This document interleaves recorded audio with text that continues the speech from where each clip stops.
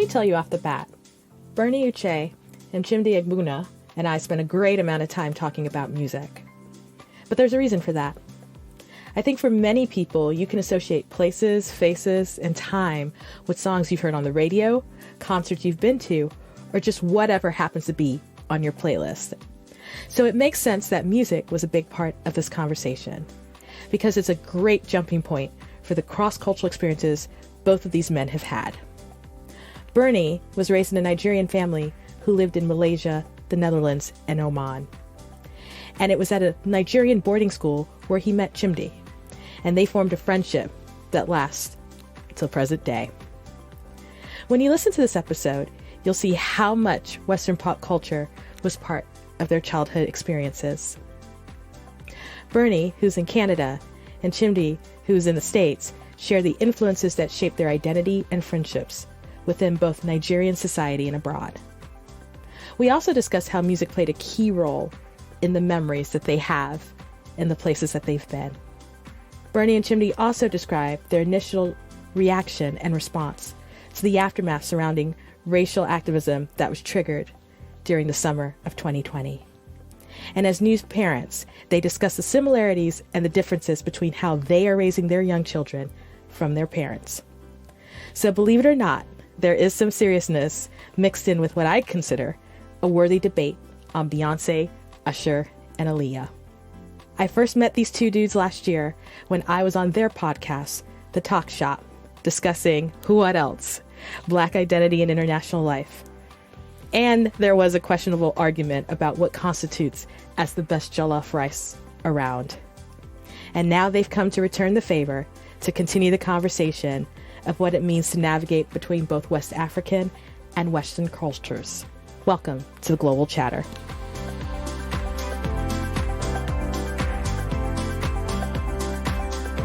All right, so we're back with the next, latest, greatest, possibly ever episode of the Global Chatter. I'm speaking it into existence, right? So my family's Cameroonian. You speak things into existence. Otherwise, yes. Otherwise they're not what it is. You people know you're Nigerian. You have to speak it into existence. Oh, yeah. Exactly. Oh, yeah. Exactly. So I'm super excited to have these two on because I had a chance to be on their podcast kind of late fall 2020, at least when the episode dropped out. And now I said, now that I have my podcast and we've been up for a minute, I wanted to return the favor. So Bernie and Chimdi, welcome to the Global Chatter. Thank you. Thank you for having us. Thank you. Looking forward to this.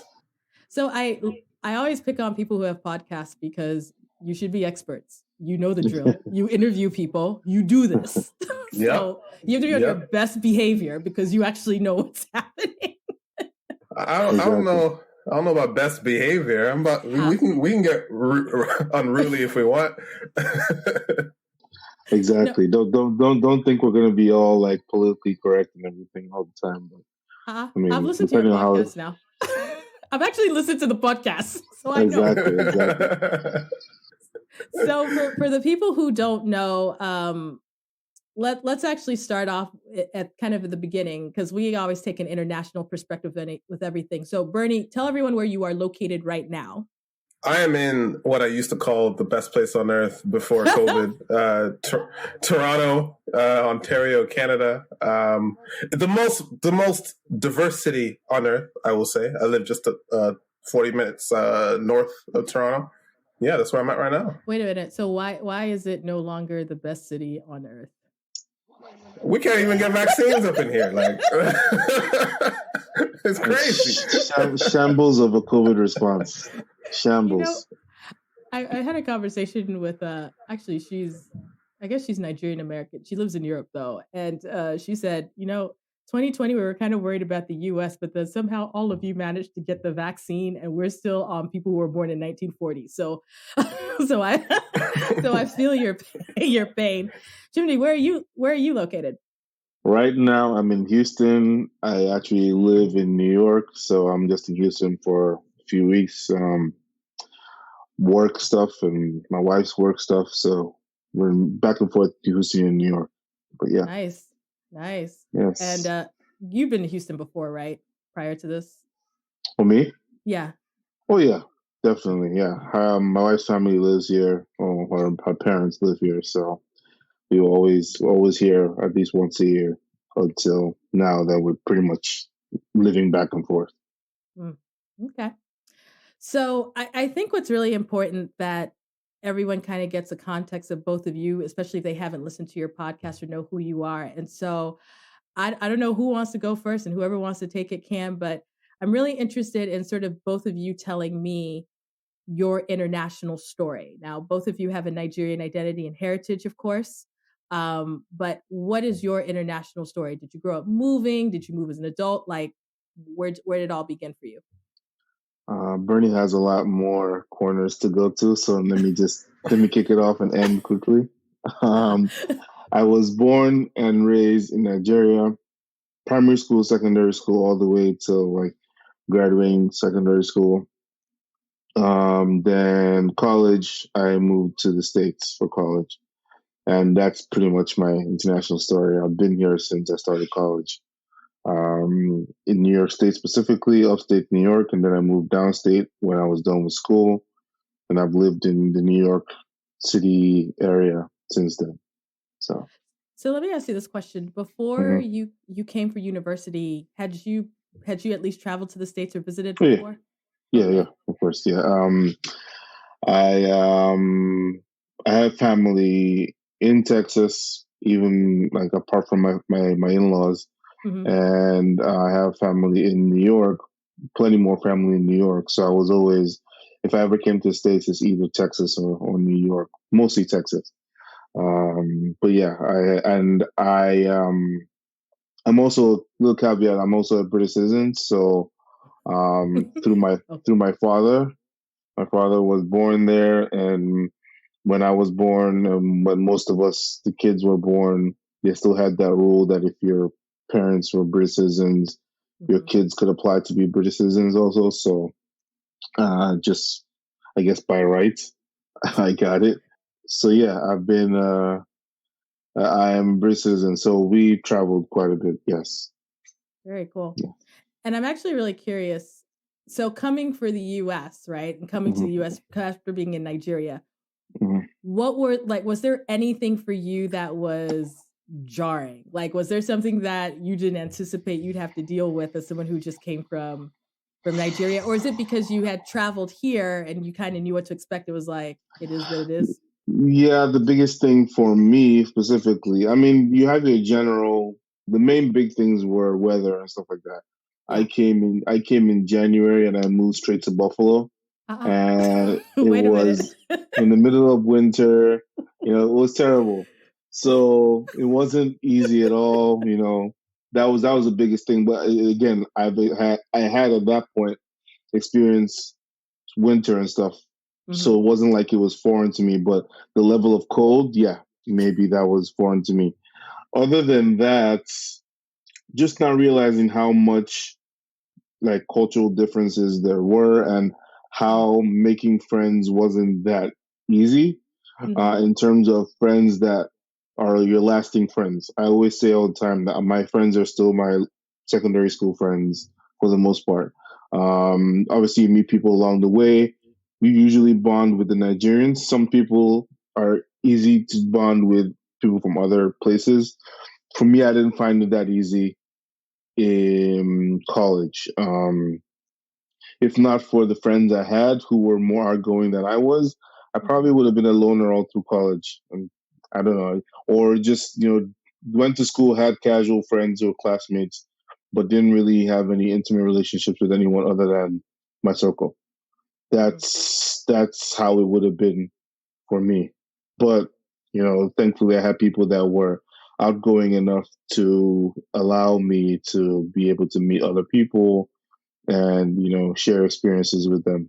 And then once I got older and, towards graduation and stuff, it was easier for me to blend in and make all sorts of friends. I still don't think I can make friends of people that don't have some kind of shared background with me in some way, in terms of, knowing the experience of an immigrant. That's I think that's the thing that bonds me with most of the people that I can call friends now that are not from high school. We're mostly immigrants or, of some kind. Yeah, I've heard that a lot. And I think even for me, when I was in college, where I really started to make the friends is once I joined the African Student Union, even though I was an American citizen, grew up in Cameroon, came back. Like that's when college really started for me. Whereas beforehand, I think it was like really hard just because, I mean, there's something to be said when you have people who understand when you have the kind of parents you have and the kind of place you're coming from and kind of an outside Western perspective. So I could totally see that. Yeah. Yeah, no. Bernie, how about you? What's your international story? Yes, there's ebbs and flows to that. When I was 3 years old, we left Nigeria to go to the Netherlands. So my dad worked in oil and gas, and back then oil and gas, global industry, right? So we moved to Netherlands. We were there for a year. Then we moved to Malaysia, to a little town called Miri, which is on an island that's shared with Indonesia. So Malaysia's kind of split in two. There's a peninsula and then there's an island, and the island, that's where we were. So we used to go to Brunei and stuff and go hang out there. After 4 years, we left there, went back to Nigeria, which was a culture shock. Interestingly, that was wild. We might get into that later, but that was crazy. Then, yeah, that's where I met Chimdi in secondary school. And after a couple of years there, I left. They graduated. I was so jealous of them. But I left, and we went to Oman, so right next to Dubai. Went to the Sultanate of Oman, where I finished off high school. The next 4 years, I think 3-4 years it was, and then I came to Canada for university. Yeah, and I've been in Canada ever since. So let's back up for a second. So where you guys met in secondary school? First day, roommates, everything. So this must have been a boarding school. Yeah. So okay. So I also feel like some of the shock. So I have a story about that, honestly. So tell me a little bit about the shock that you had, because I don't think people understand. You'd been out of the country for a while, right? And then you came back. And then when you came back, were you then put in this boarding school? Boarding school came a bit later. When we moved back to Nigeria, I was 8 or something. And at that point, you don't even have any memories of it, like from when you were a kid, right? So it was totally new to me. Like I had this Malaysian international vibe about me. I came in, and so here's a kicker that is really interesting, is that so if your parents work in Shell and you live in Nigeria, they have their own housing effectively. So it's like it doesn't feel like you're in Nigeria. It's like this international hub, like for the international, the expat workers of Shell all live there, and the Nigerians can live there, but there are stipulations for that. Like if there's no one foreigner on the wait list and stuff like that for the house and stuff. So we got a place in there. And it's not Nigeria. Like whatever you think Nigeria is, the Shell camp is not that. So for the first year I was back, I was still living an international life, even within the country. But then we moved to Lagos for my dad's job. So they moved him to Lagos, and there isn't an international, like there is one, but it's not the same. So we lived in Ikoyi. I still remember the place. We went to go look at it now, and like it's where squatters and drug dealers like hang out now. It's completely changed, completely changed. But in an instant, like because at the time it was a great place to live. I'm not trying to say I lived in the ghetto. Like that was not true. Right. But in an instant, I was transported to like real Nigerian life, which was fun but different, like just totally different. And it was a culture shock like I'd never seen. My accent's different. I don't understand the jokes. Even like the music the kids are listening to, like I wasn't into rap then, and that's what the kids were listening to. Like Chim, do you remember there was that big textbook, Ugo, the big one? Yeah. Like I remember like kids would just randomly hit each other over the head with that textbook just for fun. Just for fun. And like it's funny now, but like, at the time I'm like, why are these kids doing this? So, like it was wild. Like so that's all I can say. And like the pidgin English, like the street slang and stuff. Like I didn't know what was going on. I couldn't even communicate with my friends, right? And so it made it hard. And then I got used to it, right? After a couple of years, then we went to boarding school. So it was easier to make that transition because of that. I would say. So like, you're telling your story, and I had the exact reverse. So I moved to Cameroon around 10. Mm-hmm. We didn't go to the Yaoundé, which is the capital city. We went to Boya, which is in the English part, which is not capital city, right? So we were in the community. And then I was maybe homeschooled for like half a year. And then I went into boarding school, and that was a disaster. And then we moved to Yaoundé, which is the capital, and lived in the international community.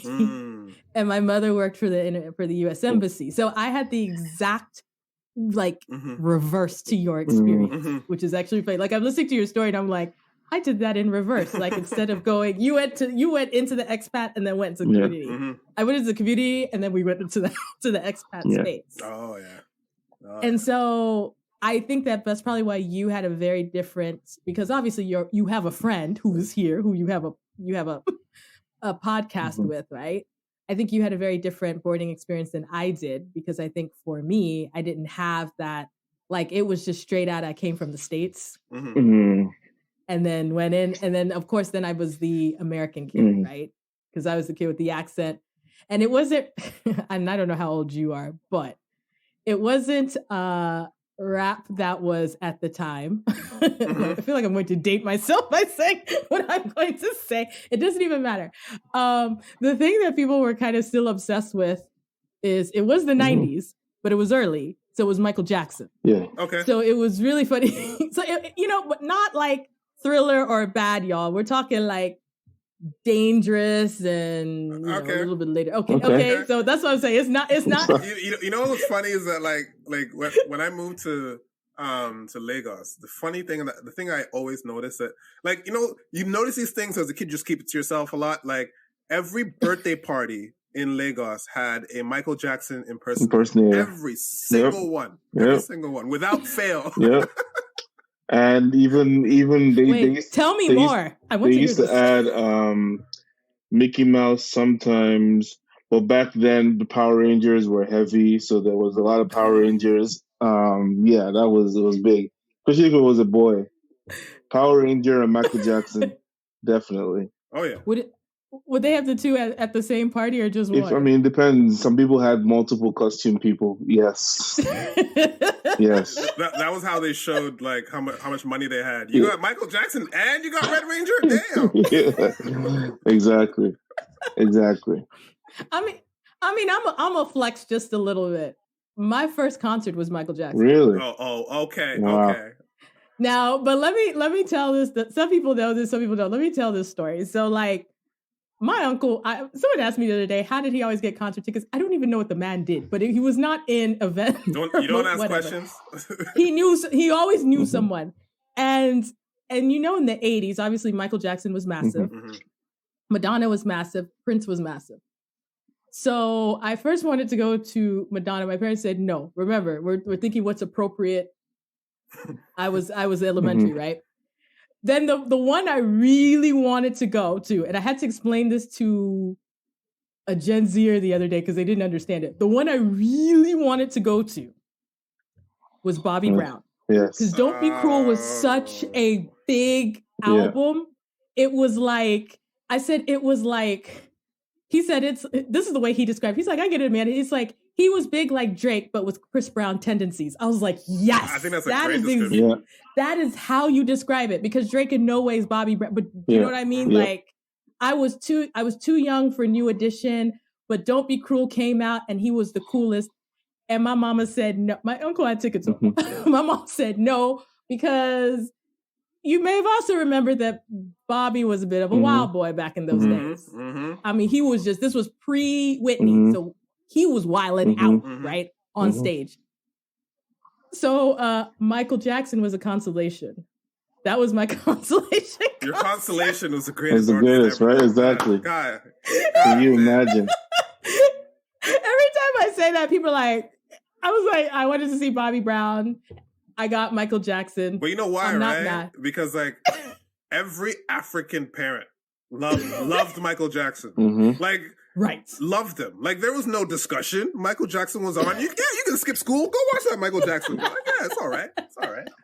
Well, the thing is, and at that time, well, obviously he was big, but I remember, I was such a kid. There were these 5 Black women in front of me who screamed the entire, to this day, I've been to many concerts. I have never seen that level of just screaming. And he didn't do a solo tour for Thriller. So this was his first solo tour. Like, this was the first one without his brothers, whatever. And so yes, I like to tell people my first concert was Michael Jackson, and I wasn't even trying to go to Michael Jackson. Wow. But I'm glad I got to see him at his peak. So, you know what's like, funny, I feel you. What's funny though is Yeah. that, like, because you mentioned Gen Z, and you know, I'm starting to have beef with them. Like, they don't know what's going on. And like, what's interesting, I mean, is you're millennial, so they have beef with y'all in general. I know, and I go to war. Like, that's what I do. It's fine. But what's interesting is that, like, I don't remember if it was Gen Zs or someone. They were talking about, like, who's the greatest artist of all time, and you know, they throw out, it's a Twitter thing, right? They throw out stuff. Look, and I'm like someone said Beyonce, someone said someone else, I don't know what. And all I said was, Michael Jackson stood still for 3 minutes. And the crowd, you remember that? People were Remember that? Yes. Passing out. Ambulances were called, but like, he didn't move for 3 minutes. And you're trying to tell me that Beyonce is the greatest artist of all time? Get out of here. No, I've seen that fight on social media. I mean, and this is not to take away from Beyonce, right? I feel like you have to caveat this before Beehive comes after you. She's smart. She is talented. She can do a lot of things. She can move records. She can move whatever. But I got into it with someone because I had to tell them real talk. Like, when you look at Usher's sales for just Confessions and you look at Beyonce, like, you did not do that. No. Just Confessions, that mess went diamond. Okay. Like, and this is when you had to go out and buy the record. Yeah. I know, as the kid who grew up and has bought records and CDs, this is not, I go stream a song, y'all don't know the rest of the songs on the album. Like, you had to go buy Confessions. And so it's like, well, I think that Beyonce, like, at least if R&B or whatever, I'm like, I mean, we're going to do album sales. I feel you. I'm not saying she's not influential. I don't know. That's just me. I feel you. But for me, I mean, in this comparison, right, it's going to be hard if you start bringing in numbers in terms of record sales, because depending on whatever was going on at that time and, you know, how things are streamed now versus CDs back then, it's hard to compare, because who's to say if Beyonce was Beyonce now, back then her CDs wouldn't sell like hot fire. Now, like you said, streamers can stream specific songs and that's it. And, you know, they could stream it on different platforms and there's no true tally of what your record sales equivalent is now. It's a weird algorithm, so it's not easy to know. But I can tell you, I have a funny feeling if she was there back then, her sales may be as crazy as Usher's was back then. I would have. No, but what? Wait, no, but here's the thing. Not now we're gonna make this whole episode about Beyonce. I know, right? No, but I'm gonna like to fight. Here, I got 2 points. Okay. Like, I ride with you on the data. You are right. It is hard to compare physically standing and waiting for an album to drop at Tower Records versus whatever. But we acted like Beyonce ain't been out since Beyonce's been out for a minute. That's true. Okay. Like, she's been out for a minute. Like, she came out, Destiny's Child, like, we take it to Destiny's Child. It's like 98, 99, right? They came out like my first year of college. So, like, Beyonce, we can't totally give her a pass because she was selling albums and was a known artist when we were still buying albums. Because Confessions came out when? 2005? Okay. She was already established at that point too. You're right. So in the case of Beyonce, I think you can make the argument for other people. Secondly, the other thing that caused the fight when I was talking about Beyonce to a Gen Zer is that I said, honestly, she might have been the one that directly benefited from Aaliyah dying. So Amanda chooses violence on a frequent level. Okay. All right. I said, fight me. We in church. Fight me. Wow. They tried. That may be a point though. I don't know where to go from there. Come on now. Exactly. Shut it down. You just got to shut it down. Dead serious, right? Like if you look at the female artists that were kind of coming out in that time, right? Because I look back and I think, okay, who kind of continued on or whatever. I don't know. Someone said you could have had an Aaliyah and Beyonce at the same time. I'm like, do you understand how American society works in the music industry? I don't know if you could have had two, quote unquote, and I don't even want to use the word pop princesses because it's kind of hard to say that. I don't know if you could have had them both. I'll say this though. Like, I remember when I did get to boarding school, that Aaliyah song, remember that song with Timbaland? If at first you don't succeed. Yeah, try again. Yeah, that song. Yeah. I remember, it was like. So I'm the type of guy that there are songs that remind me of where I was, right? Exactly. Yeah. And I still remember being in boarding school and ironing shirts and stuff like that with that song in the back of my head. I remember that. That was a big tune, a big tune. But I'll say this though. No.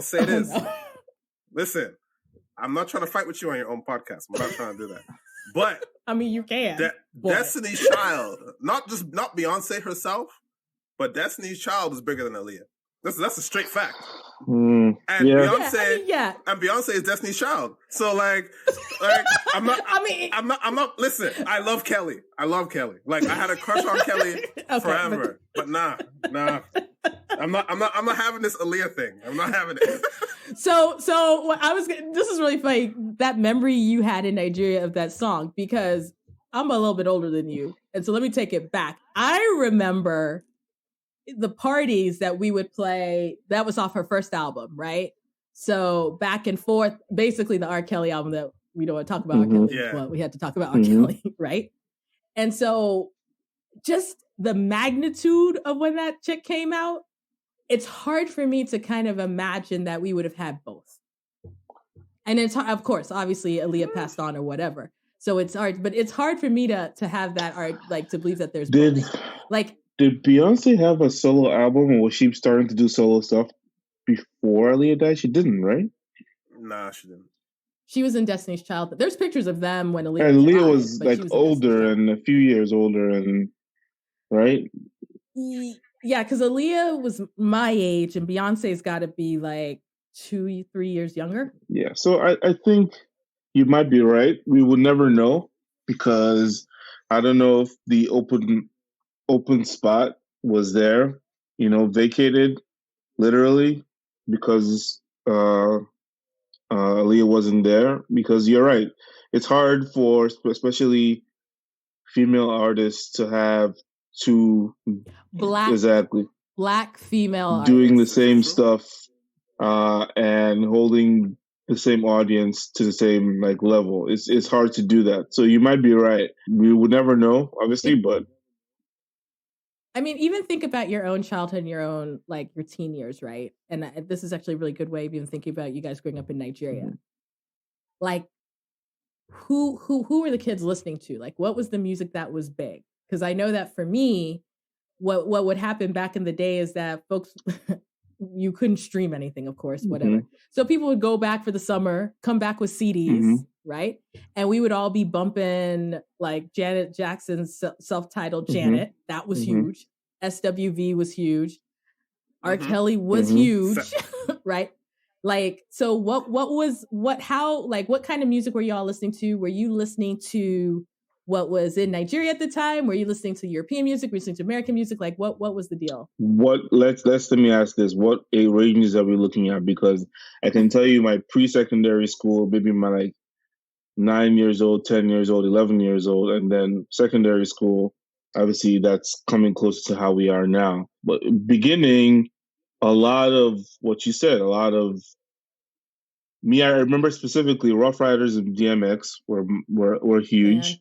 Especially when I started to understand, lyrics and rap those things, being able to follow on songs. Rough Riders, DMX, Aaliyah, obviously she wasn't around there, but at that time, Michael Jackson was still big. I'm trying to think. Chimdi, you know what was weirdly big? Like Backstreet Boys. Yeah, no, but to me, weirdly big. I associate that with Just One, Just Two, so secondary school. Backstreet Boys and NSYNC. Well, maybe not Backstreet Boys, because Backstreet Boys was before. Remember, like Backstreet's Back, whatever that song is. That seemed like that was pre, right? That was secondary school. That was Just One. That was when, for me, to me, those defined like the mimes and socials and stuff like that, because there was a lot of NSYNC mimes, a lot of Backstreet Boy mimes, a lot of who else was back then? That was it. Dance was a big deal. Sorry? Was it? Yeah, choreographed dance, like it was. It was. Big deal. No, we had these things called talent whatever it was called. Yeah. And people would do mimes of different songs, like choreographed dances, and that was. I remember Just One was NSYNC, wasn't it? It was very big. The biggest mime that year was No, it was Beg MK with I mean, that was the one. That was the one with the most like. Backstreet Boys. That was the one with the most like pop. The biggest situation. But in general, didn't they have like a group that did Bye Bye Bye? Or? Yeah, Every Little Thing I Do. They did that too, right? So sorry, honestly, this is so funny to me for a lot of reasons. I think it's funny to us. It's very funny, very funny. But because what is this putting us at? 99, 2000? This is putting us at around then. 2000. Yeah. So at this point, I'm dating myself. In terms of the music, is that just what was coming on the TV, where people getting off the internet? Like, kind of what were sort of these Western influences? Where you see them coming from? It was off the TV. TVs, especially like radio. TVs, radio. People who traveled and brought them back, because remember at that point our seniors were the socials prefects, and they would bring CDs back to school and play them. Gotcha. So so the older kids would bring those in. So that was what that was. The interesting thing is, like, and you might remember this, Amanda, depending on when you came back, but there were two streams, and there was no Afrobeat, right? It was just Awilo that you would listen to. I was going to get into that. Really? Yeah. And that was like, if you heard Awilo at a party, it was only you heard Awilo at the party, and then you heard, the rest of it, like that's what you would hear. So African music, I'm so mad that I know what you're talking about. Yeah. Like, it just wasn't a thing. Like, well, it's not to the level it is. Yeah, no, that is not to the level it is right now. Mm-hmm. That's the thing that's fascinating to me about Afro. And let's be honest, Afrobeats in itself as a title is so general because there's so many strands. Like, there's strands of music. But I grew up listening to Makossa. Makossa is actually a Cameroonian. It's specifically the Douala people, right? We know all about that. You know this, but I'm saying it for the people who don't know and only heard Manu Dibango say it, and then heard Michael Jackson say it, right? Yeah. Which, by the way, I finally, side note, in is it Wanna Be Starting Somewhere? He's like, I'm a Michael. No, but here's the thing. Someone finally showed the lyrics of what he's saying. Stop. Yes, and I was like, what? Yeah. I'm this age and I never knew. I'm gonna tell you right now. I'm not gonna stop. Something like that. But that's what he's saying. That's all. Yeah, that's all he's saying. That's all he's saying. Oh, really? Yes. I thought it was deeper than that. Bernie, don't feel bad. I just found out last week. Yeah. And I went to the concert, so okay. Yeah. Like I just found out and went.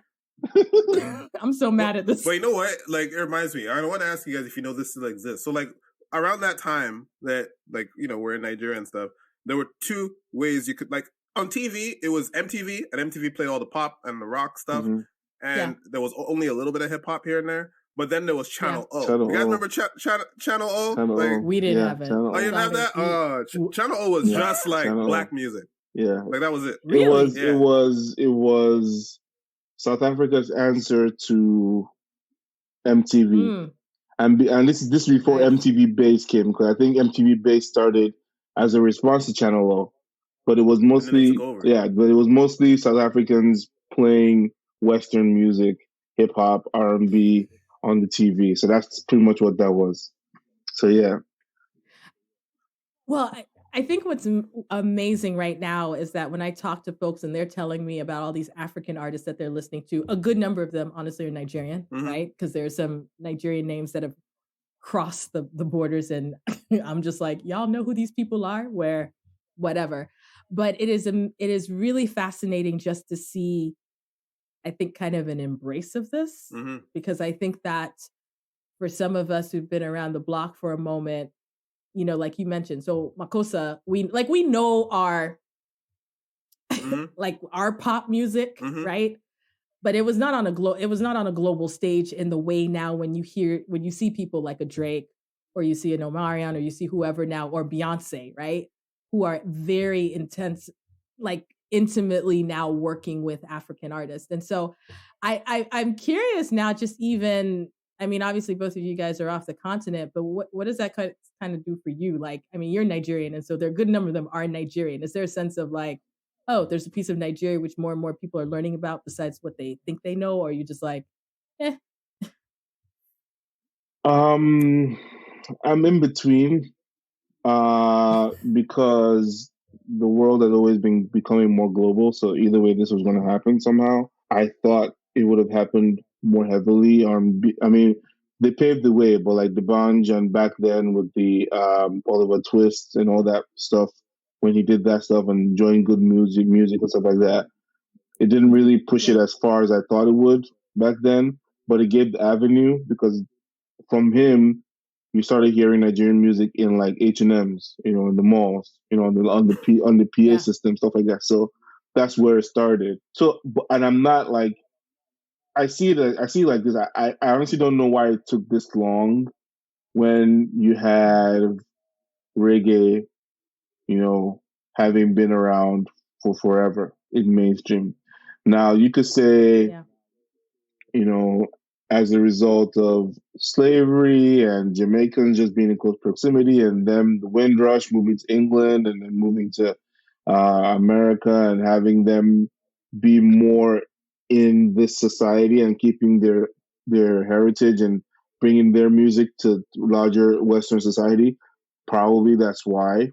But, you know, I always thought that, you know, it should be on the same level, in my opinion, because I didn't see the difference. There's differences, but obviously I thought that what we were doing back then, and obviously it's evolved the same way Nollywood has evolved, all that kind of stuff. You know, it's evolved. Oh, no. So let's not even get into Nollywood.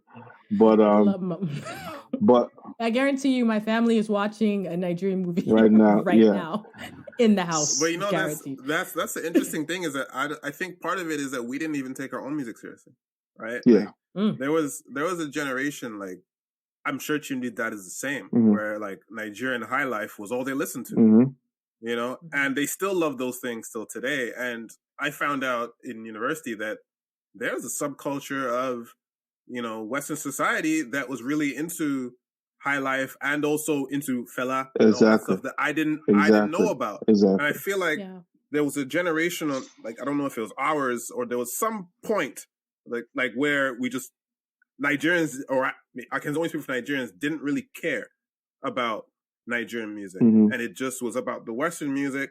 And then all of a sudden you started to hear, you know, like, I remember when African Queen came out. Yep, Two-Face. Like, I forgot about Two-Face. That was the one. That. I was in Oman, and African Queen came out, and like all the white kids were like, "Yo, you heard this?" I'm like, "What's going on here?"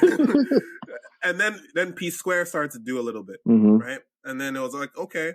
And when I was in university, we had like this.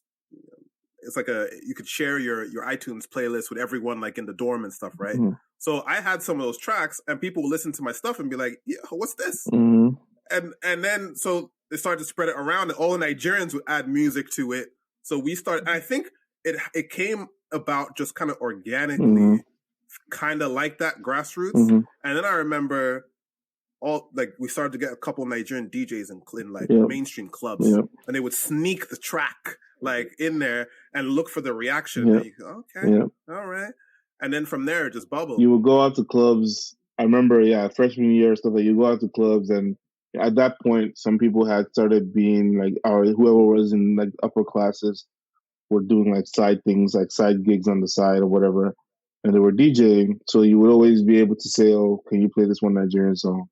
At least, and you would always have the Nigerian group back in the corner, like enjoying the music, and it grew from there. So yeah, you're right, Bernie. I forgot about that. That's true. Because I also think, go ahead. I was going to say, I also think that the music, at least as far as if we look at the Americas, so like North America or so, we're a little bit later compared to like Europeans just by proximity and the immigration patterns. So there's songs that I think that kind of rose first, like they came off the continent, maybe they started to get play in Europe, Yeah. and then got that crossover, especially when you look at the UKs, the Frances, the Germany, like when you really look at those large African populations, Yeah. right? And then finally America caught on, and it's sort of like you kind of want to make it here because then you can sort of make it everywhere as an artist. And when we start to hear like the Tiwas and the Davidas and and the Burna Boys and everybody else, all of a sudden, and the Wiz Kids, right? All of a sudden now we know their names. We talked about your international story and kind of childhood and Beyonce because like all good conversations, Beyonce shows up. I'm kind of curious, especially with the past year that we've had in the United States, which even though it is an American event when we think about George Floyd, but I'm interested as both of you as Black men who obviously have lived in other places and then now you're living in North America. Especially when we think about identity, how do you think the way you grew up kind of perceives how you navigate where you live right now? And once again, one of you is in Canada, one of you is in the United States. So I'm real curious about that.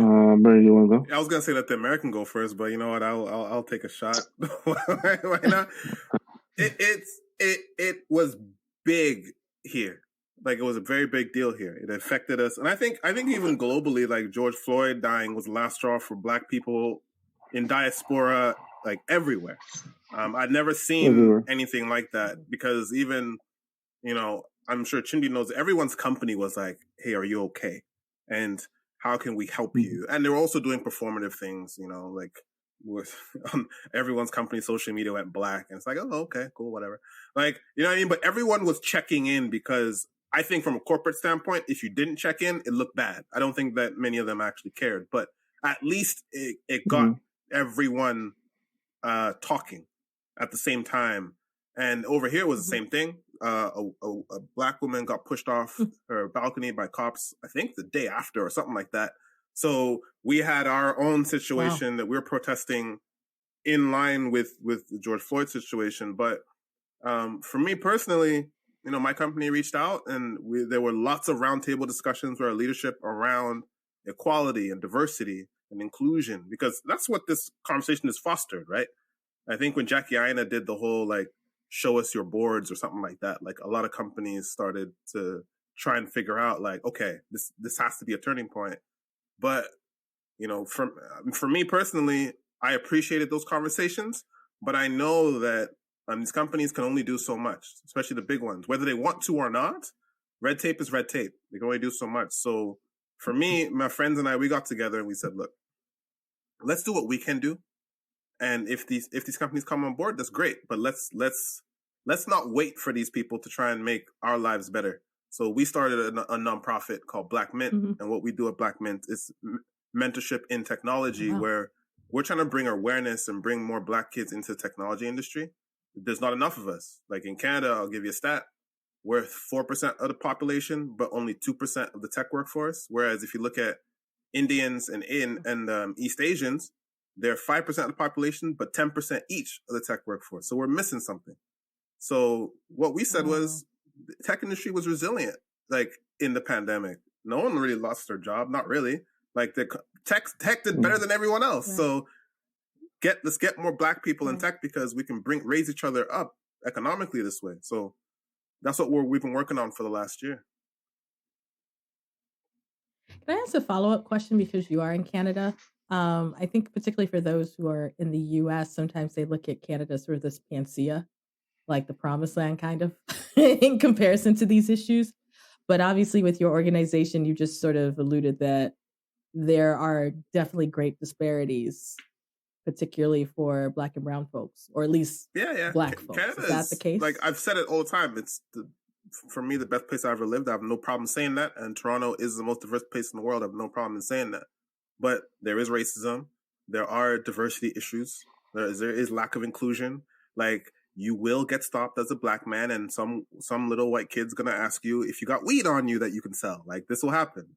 Happened to me multiple times. The difference is Canadians are just generally more polite. So their racism is more microaggressions, but a lot of microaggressions, if you know what I mean. And this is in the cities. If you go to rural areas, I'm sure it's worse. Like I've seen a Confederate flag in Alberta and stuff. I've seen like little things happen like this. But sorry, I never fixed my face on this. I saw it. Why I mean I know I know, but yeah. Okay. Anyway, we can just keep moving because I can't even. All I'll say is in Alberta has its problems with racism, and depending on who you believe and what side of the political aisle you stand on, you might say that their current premier, which is the governor, they have racist problems. They've had some white supremacists they've had to kick out their party. I'm trying to say things without saying things. You see what I mean? But there are some issues over there that I've noticed. Crazy. Chimdi? Yeah. Because I'm gonna be stuck on that flag for a minute. Go ahead. For me, I mean, it just sometimes I'll be honest, I feel like my responses were not as purposeful and meaningful as they could have been. Firstly, only because one, around the time all these things were happening, my daughter was just born. I was settling down. My concerns were not really there. I didn't know how I could impose myself or do things to that extent. My industry is not the same as Bernie's, where I don't necessarily know if I can set something up to that extent that will actually move, because his technology field in the pandemic could still work because, you could do those things remotely. I could probably do the same thing for my field, but it's not the same. So the only other way would be to actually be active physically. And in New York and with my wife and with my daughter, I wasn't, my mind didn't tell me go outside and protest or anything like that. That wasn't on the table for me. Just safety wise, priority wise, So sometimes I feel like I didn't respond the way I should have. The way I know I've always pushed the Black agenda is through my work and bringing in people to work with me, or even all the way back to college and encouraging people to, come to my college or find ways for them to get admission, or, vouch for them or co-sign people for apartments or things like that. I've always done stuff like that. I've always referred people to jobs. I've always tried to do that kind of thing. So that's the way I try to do those things. I don't know if it's enough. Some people will say it's not. But for now, that's what I feel comfortable doing. And I think also, one of your questions was how you were raised and how your culture affected how you responded to this. I think we do have a thing. I don't know if we talked about this when you joined us on our episode, but I feel like a lot of Africans in diaspora that were raised in Africa or have that kind of upbringing are a little bit, removed from these things. They don't really participate how maybe they should to enhance the discussion. I think it's a problem. I think it's something that we should consciously try to address. But also, I mean, we the whole thing of Africans not seeing themselves as African American or that kind of thing. It does filter into things like this, unfortunately, and it's not how it should be, but it is what it is. But knowing that and knowing that it's a problem, doing your best to not be part of that problem is what I try to do and try to encourage people to do. But it is a thing that, we think we don't share that struggle because generally our parents teach us not to be troublesome or obey the rules or be more on the white behaving side than, African American counterparts, or, you know what I'm saying? Just try to be more conformative, and it's not, I don't necessarily see it as a bad thing, knowing what to do to keep your head on your body. Mm-hmm. You know what I'm saying? I don't see it, if you know that every day you could get stopped by a cop, you obviously won't drive crazy. You dress as well as you can. You carry all your particulars. You follow all instructions. You don't resist arrest. Stuff like that. So, but saying that, when something bad happens or when something over the top happens with the police, we shouldn't look the other way.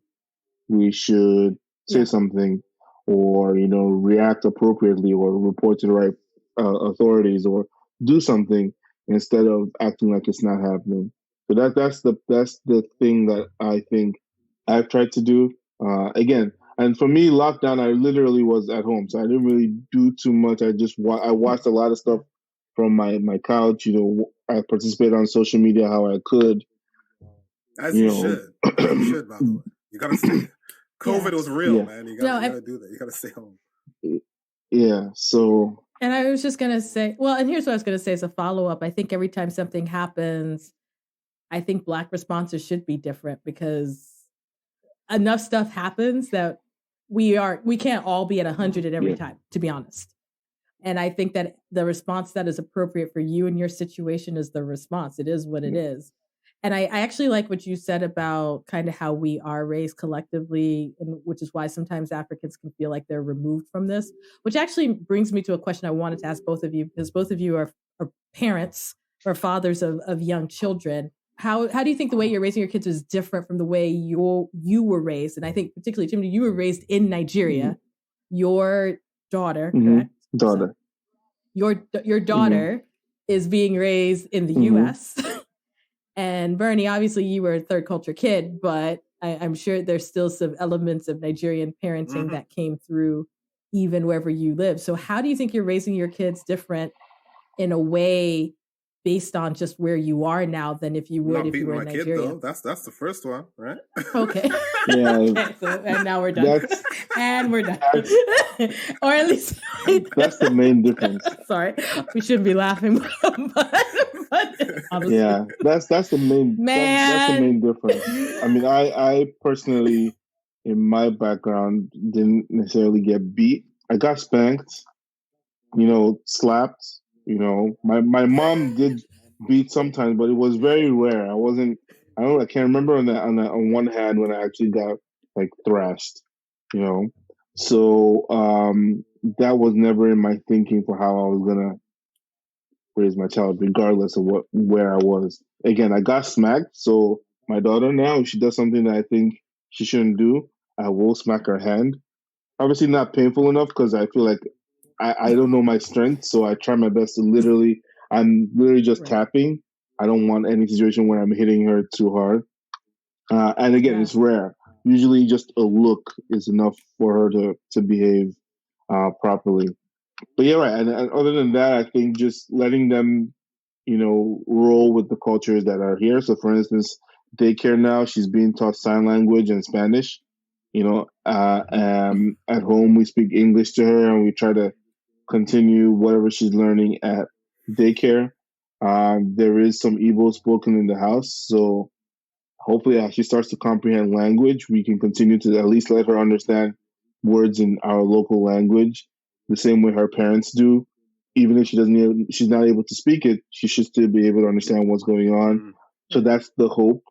And other than that, really and truly, the same principles I'm sure that my parents used on me, allowing me to do what I wanted to do, gave me options and let me make my own decisions.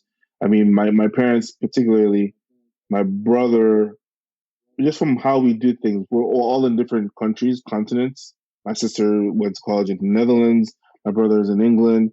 My other sister was in Iowa. She's now back in Nigeria, studying what you want to study. You have your interests and they won't stop you. My brother went to college in England, played soccer, the hopes of, getting more professional. They let him do that. You know what I'm saying? So we were never restrictive in that sense. We were never those. I mean, for me, I'll be honest with you, they probably were a little bit more strict because I was the first. So they kind of guided me down a more professional, profession. But other than that, they let us do what we want to do, and within reason. So that's kind of how I'm gonna approach it. Also with my kids, that's my hope, anyways. I don't see myself doing anything different. I think I echo that. I think a lot of people, especially the kids that got into our boarding school, the parents were probably largely progressive from a Nigerian context, which is still very conservative from a Western context. But they let you make your own decisions and all that to whatever degree that they knew. Right? I think out here, no one would say that. That Nigerian parents, if someone from the outside looking in would be like, your parents let you do what you want. So I'm like, I can say that to you because you get it, but these other people might not get it. But I think other than the joke about beating, which is whatever. I'm not one of those people who's like, oh my god, that's so bad. I just won't do it. It's just not my personality, but style. Yeah, that's what worked in that generation, and I'm okay with that. That turned out great. Trust me. Exactly. But exactly. I will say that the only thing is, and obviously it hasn't kicked in yet, that for me, and sort of Chimdi alluded to it earlier, is I want to raise my kid to be not unafraid. I want him to understand consequences, but there is a parenting by fear that our parents' generation and the generation before did, and I believe it was honestly out of colonization, civil war, and just basically trying to survive. Our parents were literally born and raised during the Nigerian Civil War time period. So they know what it's like to be on the run and have nothing and literally literally just trying to survive. Yeah. So in my head, as I got older, I'm like, why would I blame my dad if he was trying to keep me safe? You know what I mean? Because safety is really, really a big part of his existence. And my mom was younger, but she's even worse. But you know what I mean? But I believe their generation literally surviving was embedded in their heads. So the idea of going out to a protest, even if you kind of know the protest is going to be safe, it's not something that they're willing to entertain because they're like, someone just got shot by police. You want to go out there and protest police? Are you insane? Because it's that fear. And I think it's just, we don't have that, we were, our lives were great. You know what I mean? We weren't on the run, doing all sorts of things to try and survive in the jungle. It just wasn't part of us. So I don't have any, I don't have any malice towards them for overprotecting us, but it's just because I'm not that person, I won't do that. But I understand where it came from. Yeah, I don't want to be that parent either. But I also, like Bernie said, there's something about that whole. I just want them to be able to fear me enough to not do crazy shit. Just think that I'm gonna go ballistic makes them not do anything. That's even though they know I probably won't. And I just want them to know that if I go ballistic is because I'm trying to protect you. I'm not trying to stifle your progression. What I think, you should do is probably the right thing in the long term. I want them to have that in their mind because, again, I believe I was raised in a way where I knew my limits and, I didn't do things that I knew could come back to make my parents upset or disappointed or whatever, simply because I didn't want to make them disappointed, not because of me and how I felt. It was more how they would react. That was what ruled my mind. I don't think that's a bad thing necessarily, unless it stops you from doing you in terms of other parts of life. But anything relating to going out, doing things, bad things that are bad, if that kicks into your mind, I think that's perfect. I think that's a good thing. I think it can help you be more disciplined. And so as we start to wrap up, because y'all have so graciously given me your time, I got 2 things I want to do. And they're fairly quick depending on how you do it. The first is a lightning round. All I do is ask you 3 questions. thing that comes off top of your head. Simple, not complicated. Right. Okay. But then people always overthink that. So that's the first thing. But we're going to do it anyway. So first question, because this is really important, honestly. Outside of jollof rice, what is one West African, I'm being general, but honestly, we can go regional and say Nigerian dish you think people must try? Puff puff. Ha! Really? Yeah. Pastry, or just puff puff? Pastry is easy. As long as it's sweet, people can digest it. So, pastry, puff puff. Yeah. I died the other day. My niece was eating puff puff with, get this, hey, ranch. With ranch? She loves ranch. Oh God. Yes. I'm yes. sorry. She's 3 years old, and I was like, that's nasty. That's nasty. It was rough. I was like, my God. Done out here. Both of you were like, what? That's ridiculous. No. Oh, you're laughing now. Toddlers? Yeah, okay. Oh, man. Give it a year. You'll see some things. Bernie? That's a tough question. Because like my mind literally went to okra soup and fufu like straight up. But like I'm not sure everyone can tolerate it. So if I was to expose West African food to the masses, because I've always thought about what would I do in a restaurant if I had one, abacha, or sometimes they call it African salad. Like I would expose them to that, because that's a good one. That's a good one actually. Do I even know what abacha? Do you know what that is? What's in it? It's like I think is it cassava? I think it's cassava, like shredded and like and then spiced up with palm oil. It looks like yellow with it's like long strands of yellow something. Sometimes it's green in it. They use a lot of dry fish in it, and sometimes goat meat and other things in it. It's pretty good. I've never had it. It's I don't beautiful. Think we have it. Either that's unkwobi or goat head. Oh. Yep. I don't like goat meat. Goat meat is the best meat in the world. I do not like goat. Goat meat is not the best meat in the world. No. Oh my God. Second question: if you didn't live in your current location, Dubai. Where would you live? Who said Dubai? Bernie did. My current location. If I didn't live here, you mean the States or just in the state in particular I am in right now? If you didn't live in the States, let's make it easy. If I didn't live in the States, I would live in England. I live in London. Yeah, people. Yeah. Okay. All right. Your podcast, which we will hype up in a minute. What is one episode? If people have not listened to your show before, what's one episode that they should listen to? Bernie, you would know this better than me. I don't know. I can't think. We got some. He's like, I just record. We got some bangers, man. We got some bangers. Actually, the first one with the wives, I think that's one of the best ones. Yes, it's called "God Save the Queens." Yeah. So actually, check that one out. We get roasted by our wives. So yeah, that's so that's a great one. That's a good one. Yeah. And in 3 sentences or less, for people who don't know, tell them about your podcast and what they can expect. Bernie, go ahead. If you listen to once you listen to this episode of Global Chatter, you understand what we're about. We're just two guys, like this talk of the talk shop. We're just having a good time, talking that talk. We get serious, but we also get unruly and so that's not 3 sentences, but that's what we do. That's what you do. All right. And where can people find both of you or find your podcast? You can find me at Uche21 on Instagram, Twitter. Talk Shop is at the Talk Shop Pod. On everywhere. On Instagram and Twitter. We'll have the show notes in case. On Instagram and Twitter. We'll have the show notes. That's correct.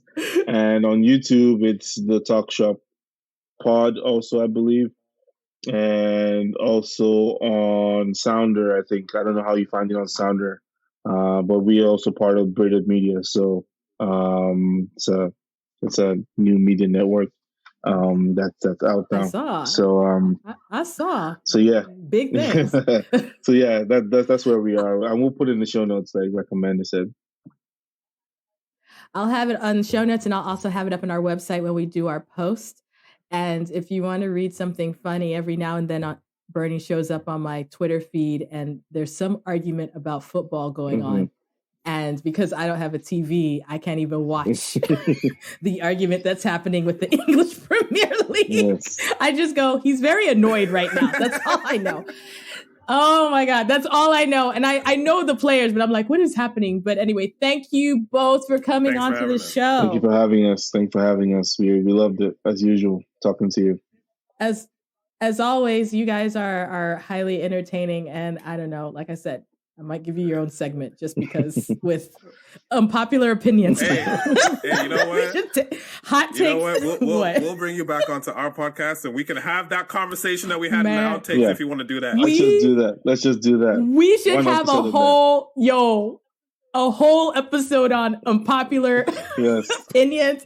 Just call the episode "Today I Choose Violence." FYI, this is happening. This is not even like we're gonna do this. We're gonna do that for sure. I'm on it.